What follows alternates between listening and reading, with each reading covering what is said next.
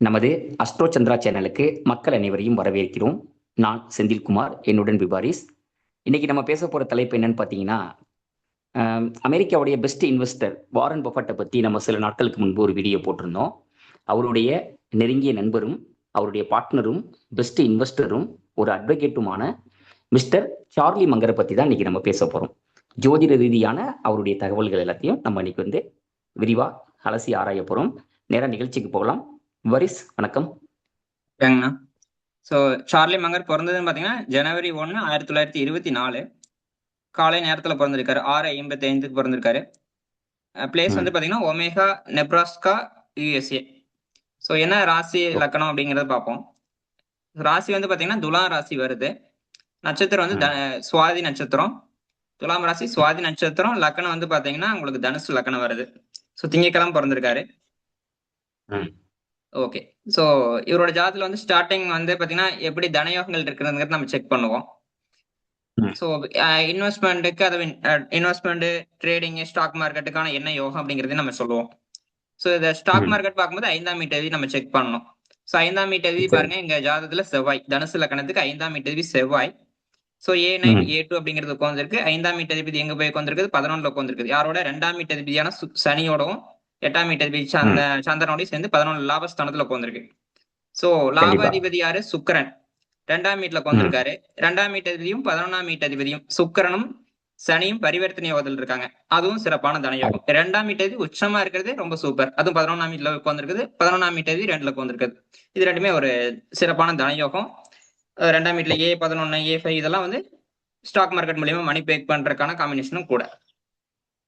அந்த 5 தான் 5ஆம் வீட்டதி ரொம்ப ஸ்ட்ராங்கான ஒரு பொசிஷன்ல உட்கார்றதுங்கிறது ரொம்ப முக்கியம். ஏன்னா 5ஆம் வீடு தான் உங்களுக்கு ஸ்பெகுலேஷன், இன்வெஸ்ட்மெண்ட், ஸ்டாக் மார்க்கெட் இதெல்லாம் குறிக்கக்கூடியது. ஓகே. ஸோ இவர் வந்து பாத்தீங்கன்னா உங்களுக்கு நீங்க சொன்ன மாதிரி இவர் ஒரு லாயர். ஸோ லாயருக்கான காம்பினேஷன் பாத்தீங்கன்னா உங்களுக்கு 10ஆம் வீட்டதி 6ஆம் வீட்டதி சொல்லலாம் கனெக்ஷன். 6ஆம் வீடு தான் சண்டை போடுறது, ஃபைட்டிங், கோர்ட்டு, கேஸ், வம்பு, வழக்கு அப்படின்னாவே நம்ம 6ஆம் வீடு தான் சொல்லுவோம். ஸோ 10ஆம் வீடும் 6ஆம் வீடும் ஏதோ ஒரு வகையில் லிங்க் ஆயிருக்கணும். இங்க வந்து 10ஆம் வீட்டதி தனுசு லக்னத்துக்கு 10ஆம் வீட்டதி யாரு? புதன். யாரோட சேர்ந்திருக்காரு? சுக்கிரன். 6ஆம் வீட்டதி சுக்கிரனோட சேர்ந்து 2ல உட்கார்ந்திருக்காரு. சோ அப்படிங்கும்போது 10ஆம் வீட்டதியும் 6ஆம் வீட்டதியும் லிங்க் ஆகுறது, 2ல உட்கார்ந்திருக்கிறது. சோ இவங்களுக்கு வந்து லாயருக்கான காம்பினேஷன் ஜாதத்துல இருக்கு. சோ இவர் ஸ்டார்டிங்ல லா தான் பிராக்டிஸ் பண்ணாரு. அதுக்கப்புறம் தான் இன்வெஸ்டர் அப்படிங்கிறதுக்கு வந்தாரு, இன்வெஸ்ட்மெண்ட்டுக்கு வந்தாருன்னு வச்சுங்களேன். சூப்பர். ஓகே. ஸோ இவரோட இயர்லி லைஃப் நம்ம வந்து பேசுவோம். ஸோ பிறக்கும்போது பாத்தீங்கன்னா உங்களுக்கு 7.5 சனியில் தான் பிறந்திருக்காரு. பாத்தீங்கன்னா சனியும் சந்திரனும் பாத்தீங்கன்னா க்ளோஸ் டிகிரி. ஆக்சுவலி சனி வந்து 8 டிகிரி துலாம் ராசியில இருக்கு. அதே சந்திரனும் வந்து 8 டிகிரியில் இருக்கு. சோ சந்திரனும் சனியும் ரொம்ப டைட் கன்ஜங்ஷன். சோ 7.5 சனி, அதாவது 7.5 சனியில் என்ன இருக்கு? சந்திரனோட டிகிரி டச் பண்ணிருக்கு. ஆமா, சனி. சோ சந்திரனோட டிகிரி சனி டச் பண்ணும்போது பாத்தீங்கன்னா மைண்ட்ல வந்து பிரஷர் போட்டுட்டே இருக்கும். ஏன்னா சந்திரன் வந்து மைண்டு, சனி வந்து மைண்ட்ல பிரஷர் போட்டுட்டே இருக்கும். பிரஷர் என்ன பண்றது? அந்த இம்ப்ரூவ்மெண்ட்டுக்கான பிரஷரா இருக்கும். 7.5 சனி நிறைய விதத்துல வலி, வேதனைகள், துக்கம், துயரம் எல்லாம் கொடுக்குன்னு சொல்லுவாங்கல்ல. ஏன்னா அப்படின்னா அந்த மைண்டுக்கு அவ்வளவு ப்ரெஷர் கொடுத்து இம்ப்ரூவ் பண்ண வைக்குது. 7.5 சனி பாத்தீங்கன்னா ஒரு சில பேர் முடிஞ்சு வெளியே வரும்போது நிறைய இம்ப்ரூவ்மெண்ட் கத்துக்கிட்டு வருவாங்க. வாழ்க்கையில ஏகப்பட்ட விஷயங்கள் நல்ல ரியாலிட்டியா கத்துக்குவாங்க. வாழ்க்கையில நிதர்சனம் என்ன, உண்மை என்ன அப்படிங்கிறது நல்லாவே வந்து கத்துக்கூடியவங்க இந்த 7.5 சனியில பிறந்தவங்களுக்கு வந்து அந்த அமைப்பு வரும்னு வச்சுங்களேன். சோ அதை நம்ம ஏத்துக்கிட்டு, அந்த பெயினை ஏத்துக்கிட்டு முன்னேற்றம்னா நல்லாவே சனி யோகத்தை பண்ணுவார். சோ அதை வந்து அப்படிங்கும்போது என்ன சொல்றாரு, டஃப் டிசிப்ளினான லைஃப் வந்து இவர் வாழ்ந்தாரு அப்படிங்கிறத சொல்லணும். சனி வந்து பாத்தீங்கன்னா உச்சமா இருக்கு. லக்கணத்திலயும் பாத்தீங்கன்னா என்ன வந்திருக்கு? சூரியனுக்கு வந்திருக்கு. தனுசு லக்கணம், லக்கணத்துல சூரியனுக்கு வந்திருக்கு. 9ஆம் தேதி லக்கணத்துல வந்திருக்கு. சோ அப்பாவோட பர்சனாலிட்டி இவருக்குள்ள வந்திருக்கு. அப்பா வந்து இவருக்கு என்ன இவரோட பர்சனாலிட்டியை சேவ் பண்ணியிருக்காரு. இந்த பர்சனாலிட்டி இவரோட அப்பாவோட பர்சனாலிட்டி இவர் வந்து உருவாக்கி இருக்குது அப்படிங்கிறத சொல்லலாம். ஏன்னா 9ஆம் தேதி லக்கணத்துல வந்திருக்கு. சோ எடுத்தோடனே ராகு திசை கூட 9ஆம் அதிபதி 9ஆம் வீட்டுல தான் ராகுக்கு வந்திருக்கு. ராகு திசை ஸ்டார்டிங். ஓகே. அப்படிங்கும்போது ராகு திசை அப்பாவும் கூட இவர் ஜாதத்துல பார்க்கும்போது அப்பாவும் லாயர் தான். இப்படி ஒண்ணும் இல்லை. நீங்க 9ஆம் வீட்டு லக்னமா போட்டு பார்த்தாலும் 9ஆம் வீட்டுக்கு 10ஆம் வீட்டு அதிபதி யாரு? சுக்கிரன். எங்க வந்திருக்காரு? 6ல போய் வந்திருக்காரு. 2ஆம் வீட்டு அதிபதி புதன். கண்டிப்பா. 9ஆம் வீட்டுக்கு 10ஆம் வீட்டு அதிபதி, 9ஆம் வீட்டு லக்னமா போட்டு பார்த்தோம்னா 10ஆம் வீட்டு அதிபதி யாரு? சுக்கிரன் வருவார். 9ஆம் வீட்டுக்கு அது 6ஆம் வீட்டுல வந்திருக்குது. அப்படிங்கிறனால அப்பாவும் இந்த ஜாதத்தை பொறுத்த அளவுக்கு லாயரா தான் இருந்தாரு. ஓகே. சோ நம்ம வந்து ராகு திசை பொறுத்தளவுக்கு 1939 முடிஞ்சிருது. அப்படிங்கும்போது பாத்தீங்கன்னா 24 பிறந்திருக்காரு. ஒரு 15-16 வயசும் போது ராகு திசை முடிஞ்சிருது. அதுக்கடுத்து குரு திசை ஸ்டார்ட் ஆகுது. சோ லக்னாதிபதி குரு எங்க உட்காந்துருக்காரு? 4ஆம் இடதி குரு 12ல போய் உட்காந்துருக்காரு. விருச்சகத்துல உட்காந்துருக்காரு. லக்னாதிபதி 12ல உட்காந்துச்சுன்னா 12ஆம் வீடு என்னது? தனிமையை குறிக்கூடியது, ஐசோலேஷன், வெளியூர், வெளிநாடு, நம்ம சொந்த இடத்துல இருந்து வெளியே போறது, விரயத்தை குறிக்கூடியது. சோ இந்த ஜாதத்துல பாத்தீங்கன்னா குரு வந்து வர்க்கோத்தமாய் உட்காந்துருக்காரு. ராசி கட்டா நவாம்ச கட்டத்துல ரெண்டுலயுமே வர்க்கோத்தமான குரு தான். அதே நவாம்சத்துல விருச்சகத்துல தான் உட்காந்துருக்காருன்னு வச்சுங்களேன் குரு. சோ லக்னாதிபதி 12ல போய் உட்காந்துருக்காரு. அப்புறம் வந்து பாத்தீங்கன்னா உங்களுக்கு தனுசு லக்னம்னாவே என்னது? Long term thinking, long term தான் போக்கஸ். தனுசுனாவே லாங் டேர்ம் அப்படிங்கும்போது தொலைநோக்கு பார்வை அப்படிங்கறதா ராகு, சாரி தொலைநோக்கு பார்வை அப்படிங்கறதா தனுசு ராசி குறிக்கூடியது. சோ அப்படிங்கும்போது உங்களுக்கு 9ஆம் வீட்டு லக்னத்துல கொஞ்ச நாள் வந்து என்ன சொல்றது, ஹையர் லேர்னிங், அதிர்ஷ்டம் எல்லாமே நமக்கு தேடி வருது. ராஜயோகம் தான். 9ஆம் வீட்டு லக்னத்துல கொஞ்சம் சிறப்பான யோகம் தான். சோ அப்படிங்கும்போது இவரோட லேர்னிங் வந்து சின்ன வயசுல இருந்து இவர் வந்து புத்தகம் கைமா தான் இருப்பார். நிறைய ஃபீல்ட படிப்பாரு. என்ன சொல்றது, இவர் ஸ்கூல் எஜுகேஷனை விட ஹிஸ்டரி, பயோகிராபி, ஹிஸ்டரி படிக்கிறது, சைக்காலஜி பத்தி படிக்கிறது, லா பத்தி படிக்கிறது, உலகத்துல மத்த ஃபீல்டு பத்தி சயின்ஸ் பத்தி படிக்கிறது, எல்லாத்தையும் படிச்சுட்டே இருப்பாரு அப்படிங்கிற மாதிரி சொல்லுவாங்க. புத்தகம் கைமா தான் கடைசி வரைக்கும் இருந்தார். இவரோட இருக்கிற காலகட்டம் வரைக்குமே. பட் அந்த லேர்னிங், ரீடிங் அப்படிங்கிறது ஹேபிட் வந்து இவர் விட்டு போகவே இல்லை அப்படிங்கிறது தான் உண்மை. அதே மாதிரி பாத்தீங்கன்னா லக்னம் வந்து மூல நட்சத்திரத்துல உட்காந்துருக்காங்க. அந்த ரிசர்ச் குவாலிட்டியும் இவருக்கு நல்லாவே இருக்கு. மூல நட்சத்திரம் ஒரு ஆணி வேற என்ன சொல்றது, ரூட் ப்ராப்ளத்தை காசு என்னன்னு சொல்லிட்டு கண்டுபிடிக்கிறது மூல நட்சத்திரத்துக்கு உண்டான குவாலிட்டியா இருக்கு. சோ அதனால ரூட் காஸ்ட் என்ன அப்படிங்கிறது எல்லாம் ஒரு பிரச்சனையை சால்வ் பண்றதுக்கு ரூட் காஸ்ட் கொண்டு போய் சால்வ் பண்ணும். ரூட் காஸ்ட் வந்து கண்டுபிடிச்சு சால்வ் பண்ணும் அந்த பிரச்சனையை. சோ அந்த அளவுக்கு மூல நட்சத்திரோட பவர் அதுவும் ஒர்க் ஆயிருக்குது ஒரு ஜாதத்துல. ஓகே. சோ லக்னாதிபதி குரு வந்து 12ல போய் வந்திருக்காரு. நான் சொன்ன மாதிரி தனிமை இதெல்லாமே. இவர் வந்து ஆக்சுவலி குரு திசை ஸ்டார்ட் பண்ண உடனே 4ஆம் இடதியோட குரு ஆக்சுவலா. சோ குரு திசை ஸ்டார்ட் பண்ண உடனே இவர் வந்து பாத்தீங்கன்னா உங்களுக்கு காலேஜுக்காக வெளியே போய் படிக்க போறாரு. ஓகே. அது ஆக்சுவலி மேத்தமெட்டிக்ஸ் நினைக்கிற படிக்க போனது. படிச்சுட்டு அது வந்து ஃபுல்லா படிக்க முடியல. ஆக்சுவலி வேர்ல்டு வார் 2 அந்த டைம்ல வந்துருச்சு. சோ வேர்ல்டு வார் 2 வந்துச்சும் போது இவர் பர்த் பிளேஸ் விட்டுட்டு வெளியில தான் போய் படிக்கிறார். ஐ மீன் குரு திசை ஆரம்பிச்சதுக்கு அப்புறம் இவர் வெளியில தான் இருக்காரு அப்படிங்கறத சொல்ல வரேன்.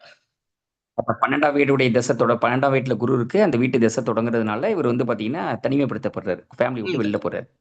வெளியே போறாரு. சோ சொந்த ஊரை விட்டு வெளியில போறாரு அப்படிங்கறதான் கணக்கு. சோ அப்படிங்கும்போது வெளியூர் போறாரு. அங்க போய் வேர்ல்டு வார் 2 வந்துச்சுனால அந்த ஸ்டடிஸ் காலேஜ் டிகிரி படிக்க முடியல. சோ அதுல இருந்து மறுபடியும் வேர்ல்டு வார் 2ல வந்து பாத்தீங்கன்னா இவர் ஆர்மில வந்து ஒரு வானவியல் ஆராய்ச்சியாளரா வானிலை ஆராய்ச்சியாளரா வந்து ஜாயின் பண்றாரு, ஒர்க் பண்றாரு. சோ அங்கேயே பாத்தீங்கன்னா என்ன சொல்றது, வானிலைங்கிறது எவ்வளவு கரெக்டா சொல்ல முடியாதுல்ல. வானிலை என்ன எப்ப மழை பெய்யும் எப்ப வெயில் அடிக்கும்னு சொல்ல முடியாது. ஆனா நீங்க என்ன சொல்றது, மிலிட்டரியில வந்து இந்த ஆர்மி விஷயத்துல கரெக்டா கணிக்கணும் அது. சோ அந்த ஒர்க் தான் பண்ணிக்க. அது ப்ராபபிலிட்டி தானே. கண்டிப்பா வந்து என்ன சொல்ற, முக்கியமா என்ன சொல்ற, பிரஷர்ல முடிவு எடுக்கணும். ரொம்ப டிஃபிகல்ட் சிச்சுவேஷன் முடிவு எடுக்கணும். ரொம்ப அதிகமா மாறுதலுக்கு உட்பட்டது.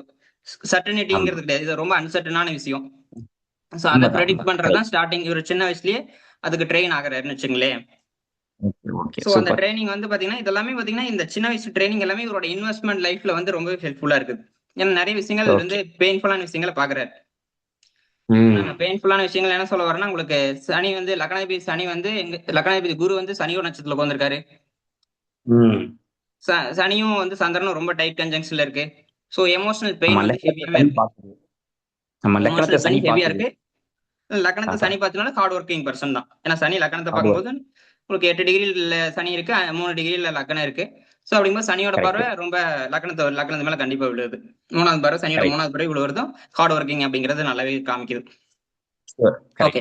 சோ விருச்சகத்துல உட்காந்துருச்சுனாவே நிறைய மாற்றங்களை கொடுக்கும். அதாவது விருச்சக நவம்சம் அப்படிங்கிறது, அதாவது லக்னாதிபதி ராசி கட்டத்தோட லக்னாதிபதி விருச்சக நவம்சத்துல உட்காந்துருக்கிறது 4ஆம் இடதி விருச்சக நவம்சத்துல உட்காந்துருக்கு. சோ இது வந்து பாத்தீங்கன்னா நிறைய சேஞ்சஸ், நிறைய மாற்றங்களை இவருக்குள்ள கொடுக்க ஆரம்பிச்சிருச்சு. வெளியூர் போனதுக்கு அப்புறம் ஆக்சுவலி அதான் சொன்ன மாதிரி வார்ல வந்து பாத்தீங்கன்னா ராணுவத்துல வந்து இவர் வந்து வானிலை ஆராய்ச்சியாளரா ஒர்க் பண்றாரு. அதுக்கப்புறம் வந்து பாத்தீங்கன்னா அதை முடிச்சுட்டு இவர் லா படிக்க வந்துட்டார். ஹார்வர்ட் லா ஸ்கூல்ல லா கம்ப்ளீட் பண்றாரு. அதுக்கப்புறம் சோ கம்ப்ளீட் பண்றாரு. உங்களுக்கு அதுக்கப்புறம் தான் வந்து இவரோட லைஃப்ல வந்து பாத்தீங்கன்னா அந்த டைம்லயும் இன்வெஸ்ட்மெண்ட், அதுக்கப்புறம் இன்வெஸ்ட்மெண்ட்டுக்குள்ளேயும் அதே டைம்ல உங்களுக்கு வராருன்னு வச்சுங்களேன். ஓகே. வாரன் பஃபெட் எப்ப மீட் பண்ணாருன்னு பாத்தீங்கன்னா 1959 தான் மீட் பண்றாரு. ஃபர்ஸ்ட் மீட்டிங் அப்பா. ஆக்சுவலா. ஓகே. சோ இவரோட அதாவது 35வது வயசுல மீட் பண்றாருன்னு வச்சுங்களேன். மிடில் ஏஜ்ல தான் மீட் பண்றாரு. ஆமா கரெக்ட். ஆமா. அஹ் ம். அப்புறம் வந்து பாத்தீங்கன்னா மீட் பண்ண உடனே பிசினஸ் ஸ்டார்ட் பண்ணல. அதுக்கப்புறம் பாத்தீங்கன்னா உங்களுக்கு 1978 தான் வந்து உங்களுக்கு புதன் தசை வரும்போது தான் வாரன் பஃபெட்டும் ம். இவங்களும் சேர்ந்து வாரன் பஃபெட் வந்து பெர்க்ஷைர் ஹாத்தவே இது பிசினஸ் ஆக்சுவலி அது வந்து வாரன் பஃபெட்டும் சார்லி மங்கரும் ஒட்டுக்கா சேர்ந்து நடத்துறாங்க அப்பதான்.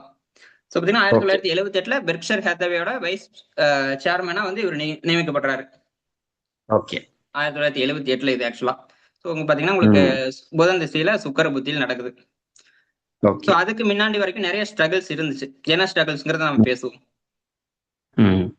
ஓகேண்ணா, குரு வந்து 4ஆம் வீட்டு விருச்சிக நவாம்சம். விருச்சிகத்துல நவாம்சத்துல உட்கார்ந்துச்சுனாவே, அதாவது ராசி கட்டத்தோட 4ஆம் வீட்டு எங்க போய் ம். உட்காந்துருக்கு? நவாம்சத்துல விருச்சிகத்துல போய் ஓகே. உட்காந்துருக்கு குரு. ஆமா. ஆமா. ராசி கட்டத்திலயும் பேசிக்கான ரூல் என்ன? 4ஆம் வீட்டு குரு 12ல உட்காந்துருக்கு. ம். கரெக்ட். இவர் வந்து ரியல் எஸ்டேட்ல ஹெவியா இன்வெஸ்ட் பண்ணார். ஓகே. ரியல் எஸ்டேட் இன்வெஸ்ட்மெண்ட் என்ன இருக்கும்? விரைந்து கண்டிப்பா அது கொடுத்துருக்கும். வந்து பாத்தீங்கன்னா எதிர்பார்த்த விஷயங்கள்ல தடுமாற்றம் கொடுத்துருக்கும். இல்ல, எக்ஸ்ட்ரீம் லாசஸ், பிக் லாசஸ் கொடுத்துருக்கும். அதான். பெரிய லெவல்ல விரயத்தை அதான். கொடுத்துருக்கும். ஏன்னா குரு வந்து 12ஆம் வீட்டுல போது ஆ, குரு வந்து எதை ஒரு பண்ணாலும் பெரிய பெருசா பண்ணும். அவருக்கு கரெக்ட். 12ஆம் வீட்டுல குரு கொஞ்சம் விரயம் பெருசா இருக்கும். நிச்சயமா. சோ பாத்தீங்கன்னா இயர்லியா தான் இவர் வந்து ரியல் எஸ்டேட்ல ஹெவியா இன்வெஸ்ட் பண்றாரு. அதுவும் பாரோடு மணில பண்ணிட்டு இருக்காரு. அதாவது பாத்தீங்கன்னா ஓ. லெவரேஜ் மணின்னு சொல்லுவாங்க. So okay. கடன் வாங்கி பண்ற மாதிரி தான் வச்சுங்களேன். சோ ம். ஹெவியான ம். இன்வெஸ்ட்மெண்ட் பண்றாரு. அதாவது rental okay. Income rental income வச்சு வந்து அந்த லோன்ல கட்டி வெளியே வரலாம்னு ட்ரை பண்ணி பண்றாரு. பட் இதெல்லாமே ஓகே. வந்து பாத்தீங்கன்னா 1970 வாக்குல வந்து பாத்தீங்கன்னா ஹெவியான ம். ஃபெயிலியர்ல போய் முடியுது. ஓகே. கரெக்டா சொல்ல போனோம்னா உங்களுக்கு சனி திசையில ராகு புத்தி குரு புத்தி இந்த டைம் தான். குரு புத்தியில மெயினா வந்து பாத்தீங்கன்னா இவர்கிட்ட இந்த இவர் ஆக்சுவலி மிடில் கிளாஸ் பர்சன் தான். பிறந்தது வந்து மிடில் கிளாஸ்ல பிறந்திருக்காரு. ஸோ கொஞ்சம் பணம் எல்லாமே கொஞ்சம் கிட்டத்தட்ட என்ன சொல்றது முடிஞ்சிட்டாரு, பினான்சியலா முடிஞ்சிட்டாரு. ம். என்ன சொல்றது பேர்லி சர்வே ஆயிருக்காரு அவ்வளவுதான் அந்த டைம்ல. இப்ப எப்படி என்ன சொல்றேன்னா ம். சனி திசையில குரு புத்தியில. ஓகே. ஸோ ஹெவியான லாஸ் ஆக்சுவலி. ஓகே, ம். ஹெவியான லாஸ்னா ரியல் எஸ்டேட்ல ஹெவியான லாஸ்னு வச்சுங்களேன். ஸோ ஆக்சுவலி எல்லாமே ம். கிட்டத்தட்ட வித்துட்டார். எல்லா அசட்டையும் இந்த டைம்ல வித்துட்டாருன்னு வச்சுங்களேன். வித்து தான் அதுல இருந்து ரிலீஸ் ஆகுறாரு. ஓ. ஸோ இது வந்து பாத்தீங்கன்னா ஏன் வந்து 2ஆம் வீட்டு சனி, அதாவது அந்த டைம்ல என்ன சொல்றதுன்னா சொல்றது 1955 இருந்து சனி திசை நடந்துட்டு இருக்கு. ஆமா. 1974 வரைக்கும் சனி திசை. 2ஆம் வீட்டு சனி 11ல போய் உட்காந்துருக்கு, உச்சத்துல உட்காந்துருக்குது. நல்ல பலனை கொடுக்க வேண்டியதானே? கொடுத்துருக்கணும். கொடுத்துருக்கணும். ஏன் கொடுக்கல? ஆனா ஸ்டார்டிங்ல மணி மேக் பண்ணாரு. ரியல் எஸ்டேட்ல இயர்லி ஸ்டார்டிங்ல ஓரளவுக்கு மணி மேக் பண்ணாரு. But end result okay. என்னன்னா ரியல் எஸ்டேட்ல டோட்டல் லாஸ் தான். ஓகே. ஓகே. அதான் கிட்டத்தட்ட ம். பேங்க்ரப்ட் ஆகிற அளவுக்கு சுச்சுவேஷன் ஆயிடுச்சுன்னு வச்சுங்களேன். 1974 அந்த டைம்ல. ஏன் ஓகே. அப்படி ஆச்சு அப்படிங்கறத நம்ம பார்ப்போம். ஓகே. சனி வந்து பாத்தீங்கன்னா இந்த ஜாதத்துல ஜிகே அப்படிங்கிற பொசிஷன் வாங்கியிருக்கு. இந்த ஆமா. ஜெமினி ஜோதிடத்துல வந்து பாத்தீங்கன்னா சனி வந்து ஜிகே அப்படிங்கிற பொசிஷன். ஜிகே அப்படின்னா கடன் நோய் எதிரி குறிக்கக்கூடியது. ஓகே. சனி வெற்றி அப்படின்னா காரகன். என்னது? சனினா வலி, வேதனை, துக்கம், துயரம் அந்த மாதிரி பெயின்ஃபுல்லான விஷயங்கள் எல்லாமே சனிக்கு நம்ம போட்டுக்கலாம். அப்ப கண்டிப்பா. ஒரு பெயின்ஃபுல்லான லெசன் எங்க இருந்து கத்துக்குவாரு? இந்த கடன் நோய் எதிரியில. ம். ம். சோ இத வந்து சனி திசை. ஓகே, அடுத்து வந்து பாத்தீங்கன்னா எம்கே அப்படிங்கிறது பாத்தீங்கன்னா 4ஆம் வீடு குறிக்கக்கூடியது ஜெமினில.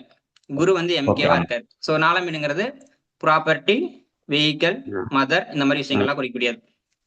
ஓகே. நான் சொல்றேன் இவரோட லைஃப்ல இருந்து வெளியில போனதுக்கு அப்புறம் பயங்கரமா டிரான்ஸ்பர்மேஷன், இவரோட பர்சனாலிட்டி பயங்கரமா டெவலப் ஆச்சு அப்படிங்கறத அதனால சொன்னேன். வெளியில போனதுக்கு அப்புறம் பயங்கரமா டெவலப் ஆச்சு அப்படிங்கிறது. லக்னாதிபதி 12ல போயிடுச்சு. வெளிநாடு போகும்போது லக்னாதிபதி 12ல போயிடுச்சாவே ஒரு ஜாதகர் வெளியில் ம். போனாங்கன்னாவே அவங்க பர்சனாலிட்டி பயங்கரமா டெவலப் ஆக ஆரம்பிக்கும். நிறைய விஷயங்கள் கத்துக்குவாங்க. ம். சரி, ஓகே. சோ இந்த ரியல் எஸ்டேட்ல வந்து பாத்தீங்கன்னா அதான் எம்கேங்கிறது விருச்சிக நவம்சத்துல உட்காந்துருக்குது குரு. 4ஆம் ம். வீட்டு 12ஆம் வீட்டுல உட்காந்துருக்கிறது கிளியர் கட்டா உங்களுக்கு தெரியும்.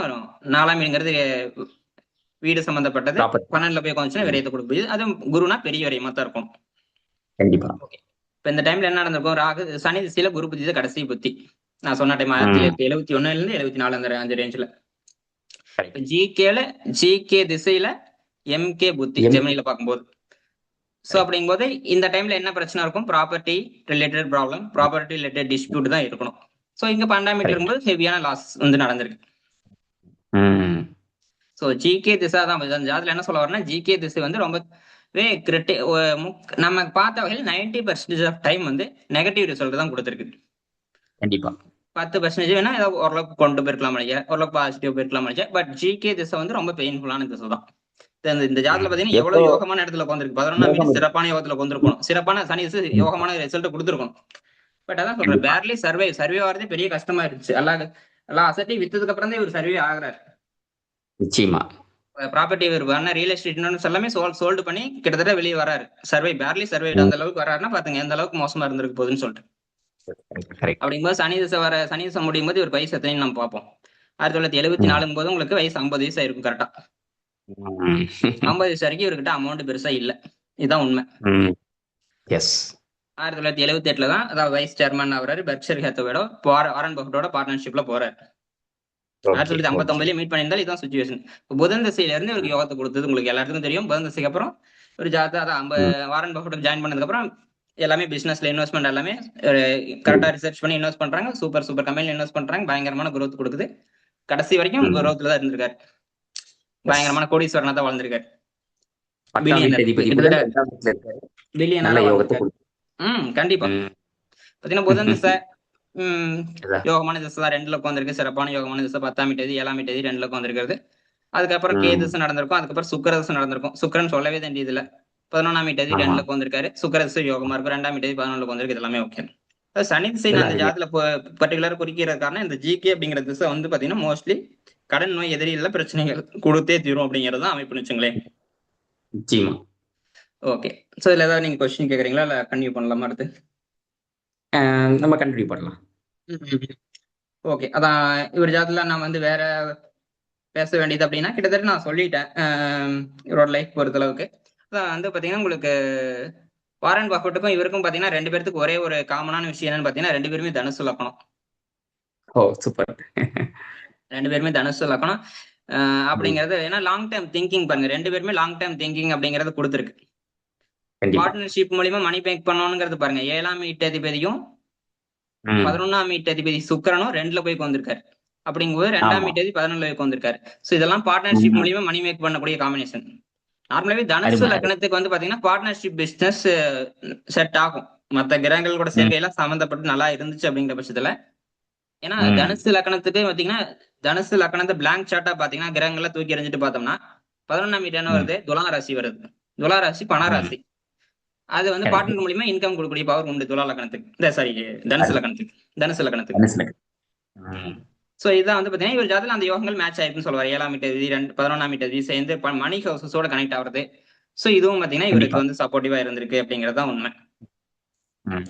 சோ இந்த ஜாதகத்துல பாத்தீங்கன்னா ரியல் எஸ்டேட்ல இவர் இன்வெஸ்ட் பண்ணலாமா இன்வெஸ்ட் பண்ண கூடாதுன்னு நம்ம ஜாதகத்தை பார்க்கும்போது கிளியரா இருக்கு பாருங்க. கண்டிப்பா தெரியுது. கண்டிப்பா. ஏன்னா ரியல் எஸ்டேட் பூமி காரகனான செவ்வாய் போய் லாபஸ்தானத்துல உட்கார்ந்து இருந்தும் இவர் பூமி யோகத்தை பெற முடியல. ஏன் அப்படின்னா அந்த தசாபுத்திகள் அவருக்கு சப்போர்ட் பண்ணல.